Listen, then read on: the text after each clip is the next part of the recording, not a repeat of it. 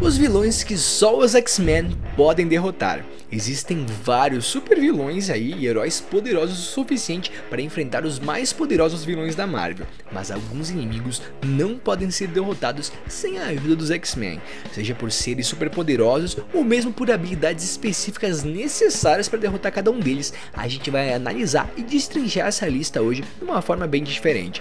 Os X-Men não são considerados aí a super equipe mais poderosa do planeta, mas eles têm vantagens que os outros não têm. Os X-Men foram testados de várias maneiras ao longo dos anos, contra vilões que literalmente congelariam o sangue de qualquer outra equipe.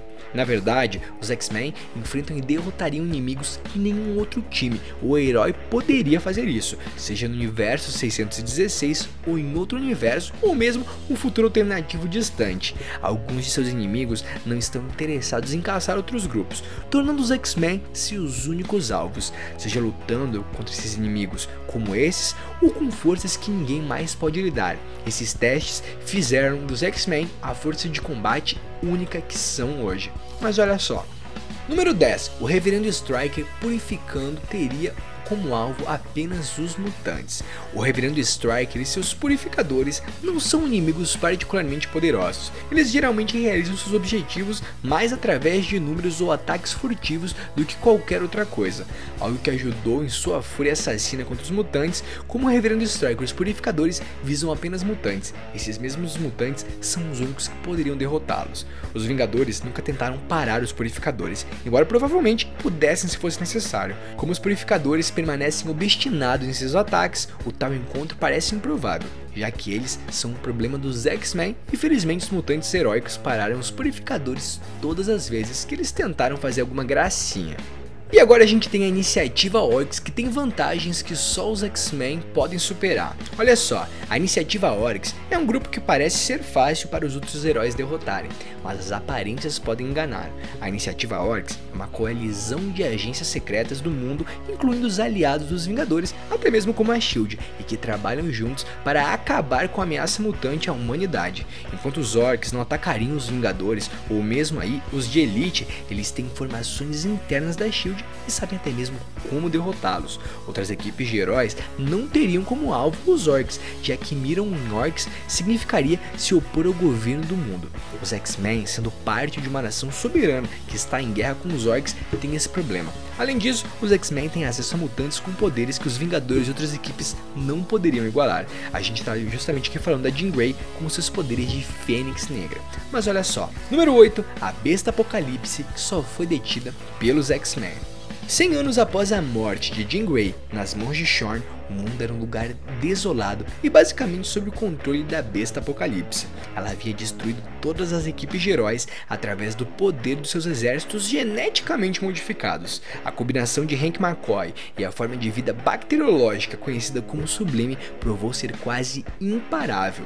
Quando a Besta Apocalipse colocou as mãos no ovo da Fênix que os X-Men planejavam usar contra ela, as coisas ficaram drásticas. Com o poder de uma Jean Grey ressuscitada com a força da Fênix Negra ao seu lado, os X-Men lançaram um último ataque contra a fera. Tirando o Jean de seu controle, os X-Men derrotaram, levando o Jean a viajar para voltar no tempo e impedir essa linha do tempo, fazendo com que Ciclope e Emma se reunissem.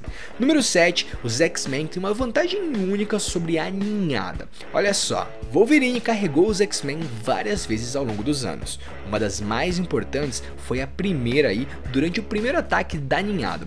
Os alienígenas insetoides usaram números para sobrecarregar a equipe e colocaram ovos dentro deles, ou seja, eles colocaram ovos dentro de várias pessoas. No entanto, o fator de cura do Wolverine o impediu de ser afetado como todos os outros, dando ele a oportunidade de se libertar e salvar os seus amigos. Agora, se os Vingadores tivessem Wolverine do seu lado, eles poderiam usar essa estratégia também, mas ele não seria um Vingador por muito tempo. Wolverine não é a única pessoa no universo Marvel com um bom fator de cura, mas provou ser a única coisa que pode parar um ovo de Brody. Número 6. Os X-Men foram os únicos capazes de parar o Apocalipse na Era do Apocalipse. esse a gente pode até lembrar justamente porque já existe até mesmo filme sobre isso. Olha só, na Era do Apocalipse é extremamente influente e lançou Apocalipse nas fileiras de vilões intimidadores. O conto do universo alternativo retratava o Apocalipse esmagando os Estados Unidos e transformando em uma nação mutante, onde os humanos eram escravos, ou pior, muitos heróis não existiam nesse mundo, alternativo porque suas famílias foram massacradas antes mesmo que pudessem nascer. Outros heróis existiam, mas não tinham recursos necessários para vencer o Apocalipse. Apenas os X-Men de Magneto trabalhavam nos Estados Unidos, e eles justamente tinham os números e o poder para realizar essa tarefa. Demorou anos, mas na batalha final, Magneto rasgou o Apocalipse ao meio, matando e terminando seu reinado. Número 5, Magneto pega leve com os X-Men. Essa é até interessante da gente analisar, mas vamos lá. Magneto se tornou um herói implacável desde o dia M, mas passou anos aterrorizando a humanidade. Ele lutou principalmente contra os X-Men, mas sempre pegou leve com eles. Magneto não queria matar os mutantes, ele queria que eles trabalhassem com ele e para ele. No entanto, Magneto não tinha os mesmos escrúpulos sobre qualquer outra pessoa, o que tornou quase impossível parar qualquer outro herói para derrotá-lo. Sem motivo para se conter, Magneto rasgou os Vingadores várias vezes, vendo como apoiadores do próprio status que ele desejava derrubar de humanidade. Número 4, em múltiplos futuros, os Sentinelas mataram todos, menos os X-Men. Os Sentinelas são entre as maiores ameaças dos X-Men. Enquanto a equipe derrota os atuais o tempo todo, os Sentinelas do futuro são bem diferentes. Em vários futuros alternativos, os Sentinelas mataram todos os heróis do planeta, exceto os X-Men. Os X-Men são os únicos a sobreviver aos ataques deles no futuro, incluindo as temidas unidades Nimrod, algo que nenhum outro herói conseguiu. E justamente os X-Men podem sobreviver com uma equipe existindo justamente porque eles se preparam para os Sentinelas. Mesmo quando seus inimigos estão armados com tecnologias perigosamente do futuro, os X-Men mantêm sua vantagem e sobrevivem. Número 3, a primeira Fênix Negra provou ser um oponente formidável para os X-Men. A força da Fênix tomou o lugar de Jean Grey, copiando suas memórias e basicamente se tornando ela. Isso ajudou os X-Men a sobreviver na batalha contra ela. Ela pensou que era Jean e que não queria matar seus amigos. Sem essa pequena vantagem, os X-Men não teriam conseguido. Número 2, o ataque de Osgalt, a cidade de Nova York, cimentou no seu lugar entre os grandes vilões estreantes dos anos 90.